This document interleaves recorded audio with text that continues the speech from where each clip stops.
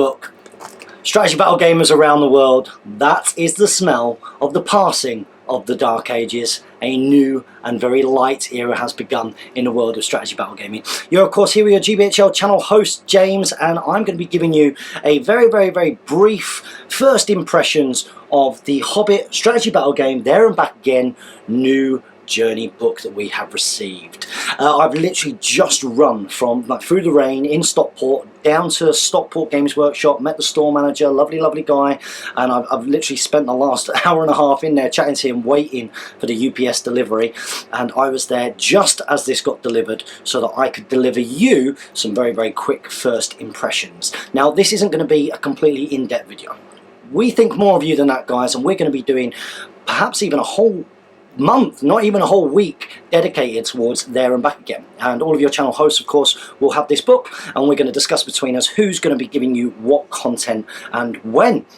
I know that Tom and Damien are probably going to be talking about their first impressions tonight, and I expect to see all of the first impressions from all of your channel hosts over the next few days. But here is mine. So, disclaimer, what I will not be doing is opening the book and showing you everything inside. If you want this book, support your Hobbit hobby and go and get it, like so many of you guys out there have been doing, and shown Games Workshop and Forge World once again that we are a growing, passionate community who are willing to buy products and keep this game going into the future. This has already sold out across the world, and I'm pretty sure that a rerun is being planned as we speak, so that there are going to be more available before Christmas, so never fear. So of course the first thing you have to do whenever you open any book is to give it a sniff, and oh, it's so good. Now, I would be lying if I said that this was my first view of the book. Of course, I ran Ardacon, and at Ardacon there was a copy of this that was there, and I did get a chance to have a brief little glance through it. But this will be my first kind of in-depth look at the book. Now, even though as a team on the GBHL podcast we'll all be divvying down and dividing what we're all going to be talking about, anything that I don't get an opportunity to talk about here on this YouTube channel, I will be doing over on Hotgates Gaming, because I'm absolutely stoked for this and I want to talk about absolutely everything to do with it. So I hope you guys are as excited that I am. I'm going to try and get this out Friday evening. I've got the green screen behind me, which does mean it'll take a little bit longer, but I want this to be a cool video, just giving you those first impressions. So there we go, we've got the map there, and straight away, I love fluffy stuff like this. We've got the poem. I love this poem, Lord of the Silver Fountains, the King of Carven Stone, and then an absolutely huge contents. So what we've got here, now remember that this is a combination or a combined journey book or story book covering the Desolation of Smaug and the Battle of the Five Armies. This is an extensive plan, as it were, for everything that they didn't manage to release over that time, as well as tweaked profiles from across the Hobbit range. And that's one of the areas that I'm really interested in personally, to see what's been tweaked in this book. So in terms of in the contents, we've got the Journey Continues, the Desolation of Smaug. So these are the new scenarios. Remember, there's something like 70 new scenarios or something crazy in here. And then we've also got the Journey Continues, the Battle of the Five Armies. So from there we go from Desolation of Smaug, we've got Scenario 8, Flies and Spiders Part 1, all the way up towards the Capture of the Grey Wizard, which is Scenario 14. And then we have, of course, from the Battle of the Five Armies, from Scenario 15, which is Fire and Water, that goes all the way up towards what sounds very cool, Scenario 32, A Clash of Heroes. Now that does sound amazing. I think I can guess what that is. And there is also an area in here for campaign play on page 68. There are some rules for campaign, so I'm looking forward to having a little bit of a look in there and seeing what that's all about. And then from that we have also got the Heroes and Villains of Middle-earth. So this is looking at all of those heroes from across the range. So to give you a little bit of an idea, we've got all of the champions of Erebor, along with King Under the Mountain.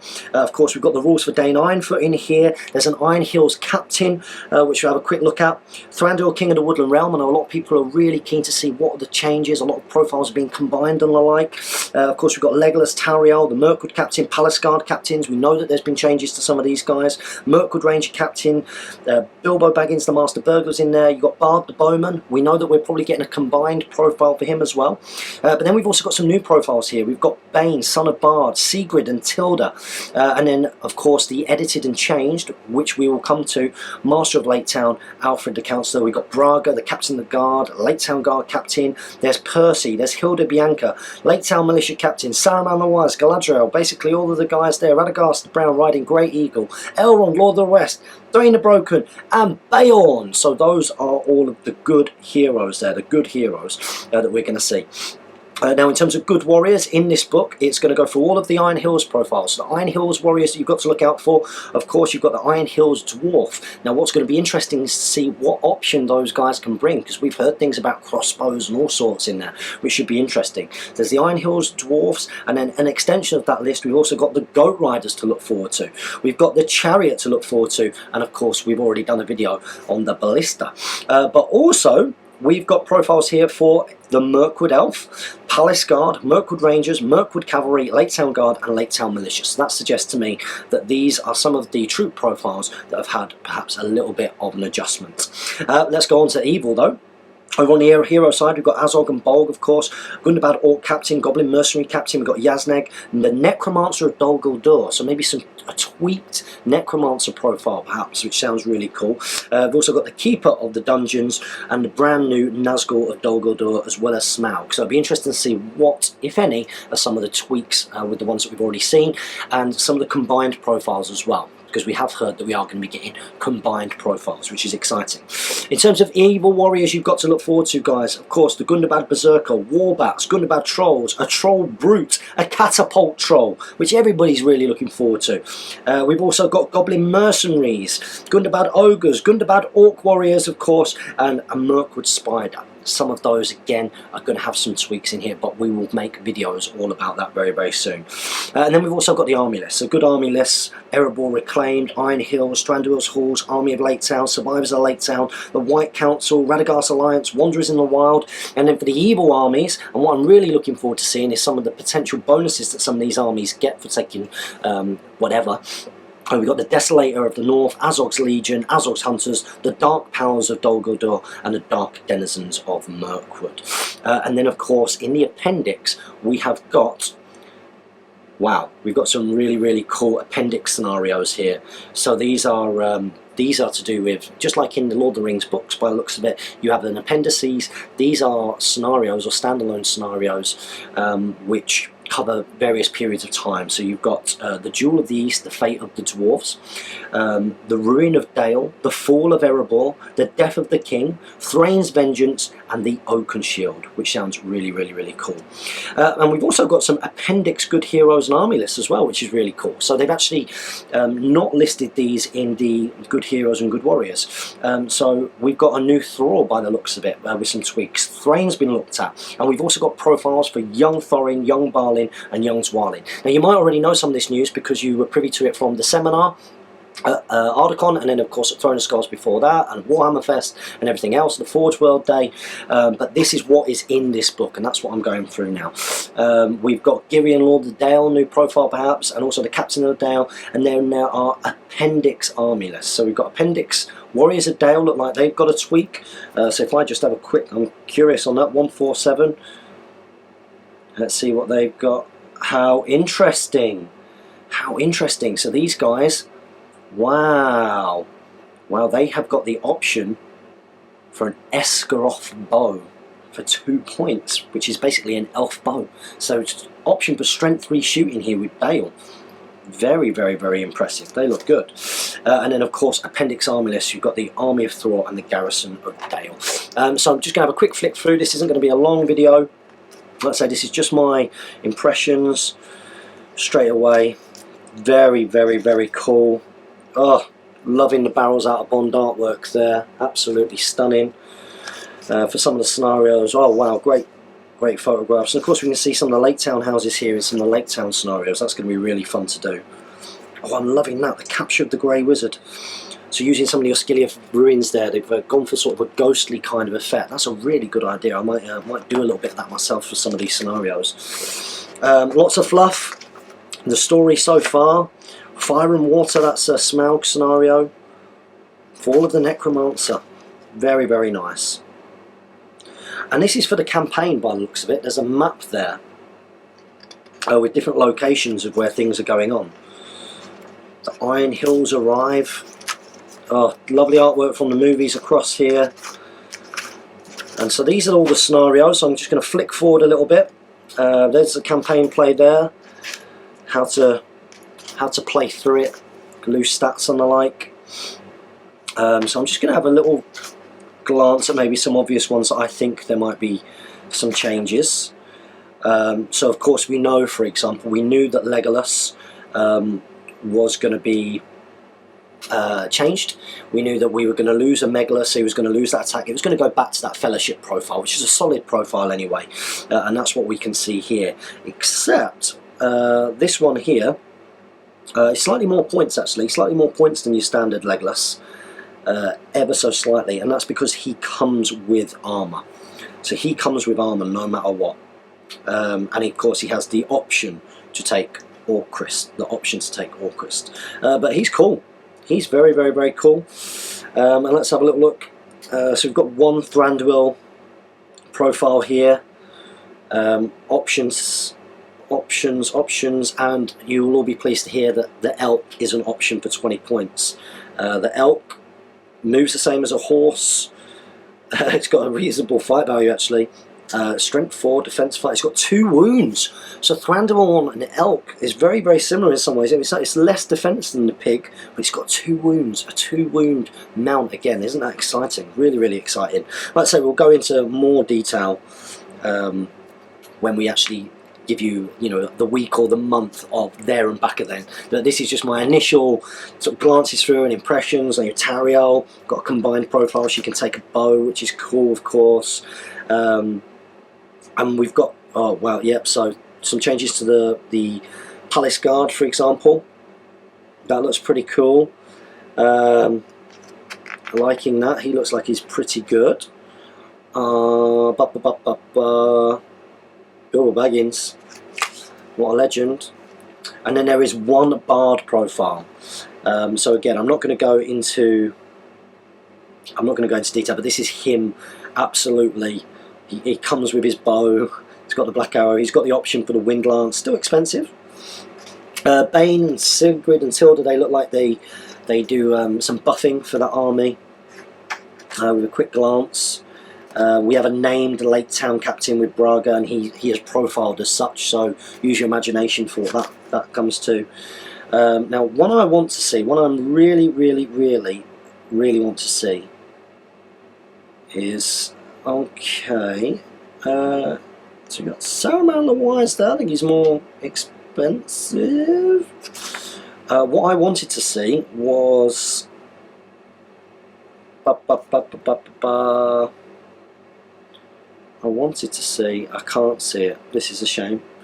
I wanted to see Elrond. That's what I wanted to see. Okay.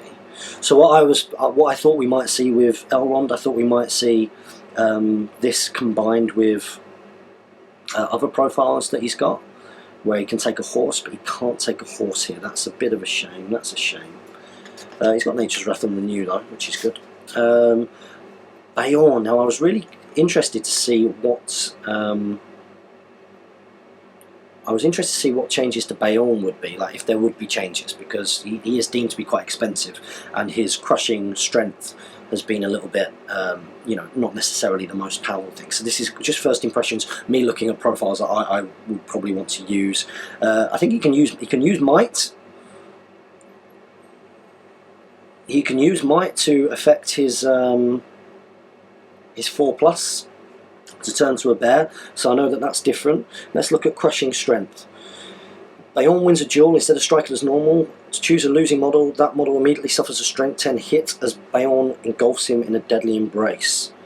If the to wound roll is successful, wow, the victim suffers another strength hit, and so on until the victim is dead. That is much better. Beorn, I'm getting a battle report out with Beorn like this, so no longer does it matter about the fate and the like. If the to wound roll rather than if wounding is successful, so you can keep on going. Because it's strength 10. You're likely going to need 3s against most things. Isn't that incredible? So that's going to be really good at killing enemy heroes. it's going to be really good at killing enemy heroes, because you've effectively got the opportunity, as long as you don't roll a 1 or a 2. Be interesting. I imagine that because it's a 2 wound roll, you can use might as well. So he's become a hero killer. Very, very cool. So yeah, absolutely love that as a change. Goats look good. Devastating charge. Wow, when this model charges into combat against 1 or more man-sized models or smaller, roll a d6 for each. On a 5+, they're immediately knocked to the ground. Wow, that is cool. That is cool. Very, very, very cool. Cost of 2 Rohan Royal Guard for a Goat Rider. That is very cool. And a War Spear. They come with an option for a War Spear, which is of course the same rules as a Lance, but becomes a spear if you dismount it, so that's cool. We've got the Chariot here. Chariot's expensive, but my goodness, there's a lot of rules for the Chariots. That's going to require some in-depth look. And of course there's a lot of changes here that you might have already seen. I'm just having a little flick through here. Yeah, so we've got a combined Azog. Is Azog cheaper? Option to take heavy armour to go to defense. It's an option now. Oh, he's cheaper. Wow. He's got a signal tower. Allows you to do some really cool things. Wow. But it is expensive. It is expensive.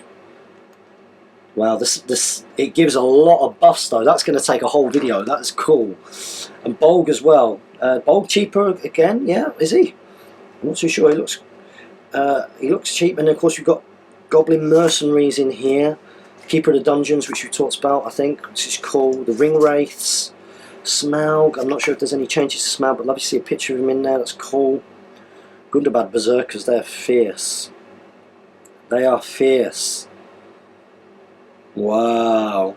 So yeah, really, really cool rules in here. I'm now going to leave you on that because this is a reasonably long video already, and I just wanted to give you my first impressions. So well done, Hobbit hobby community, for getting out there across the world and selling out this book and sending a clear message to GW and Forge World that this hobby is open for business. We're going to support this bad boy. We're going to support it with positivity and really, really get behind it. This looks like a great book. I'm going to read you now, and I'm going to stick my nose in it and get this video up for you all. So I hope you're all excited to see all of our first impressions of this book. I love it already. I'm mega excited. I don't know if you can tell.